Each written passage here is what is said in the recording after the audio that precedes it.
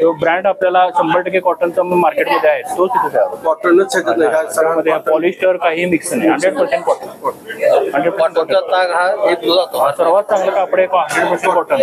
सर्वात चांगलं त्याच्या सगळ्या प्रक्रिया इचलकरंजीमध्ये होत्या पुढच्या प्रोसिजर. कोणकोणत्या शिफ्ट मध्ये इथलं काम चालतं? या तिन्ही शिफ्ट मध्ये काम चालतं. साधारण आपल्याकडे आता सर्व मिळून तिन्ही शिफ्ट मध्ये मिळून 250 स्टाफ आणि वर्कर कामाला आहेत. तिन्ही शिफ्ट मध्ये काम चालतं. मेंटेनन्स शेड्यूल जे असतं ते आपण एक मशीन मेंटेनन्सला घेतो, त्यामुळे मशीन बंद करावं लागत नाही. फक्त दिवाळीच्या वेळेला आपण 3 ते 4 दिवस प्लांट बंद ठेवतो, कारण सुट्टी गाव द्यावं लागते. त्यावेळेला इलेक्ट्रिफिकेशनचे जे ट्रान्सफॉर्मर वगैरे असतात त्याचं ओव्हर ऑइलिंग असेल किंवा त्याचं मेंटेनन्स असेल तो पूर्ण करून घ्यावा लागतो. त्यासाठी आपल्याला युनिट 3 ते 4 दिवस बंद ठेवावं लागतं. नाहीतर वर्षभर हा चालूच असतो प्रोजेक्ट पूर्ण ऑप्टिमिक.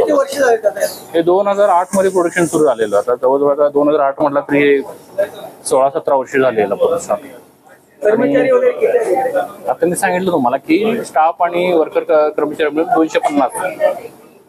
250 म्हणला तरी बाकीचे लोक जे येतात ट्रान्सपोर्टेशनसाठी व्हेकल येत असेल, गाड्या जातात, असं सगळं तुम्ही म्हणला तर जवळजवळ 350 परिवारांचा इथं सगळ्यांचा इथं होते.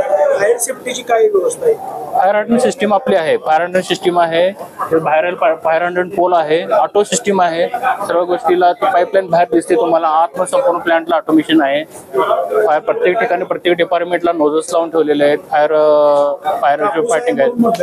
हो 100% त्याला आपण जवळजवळ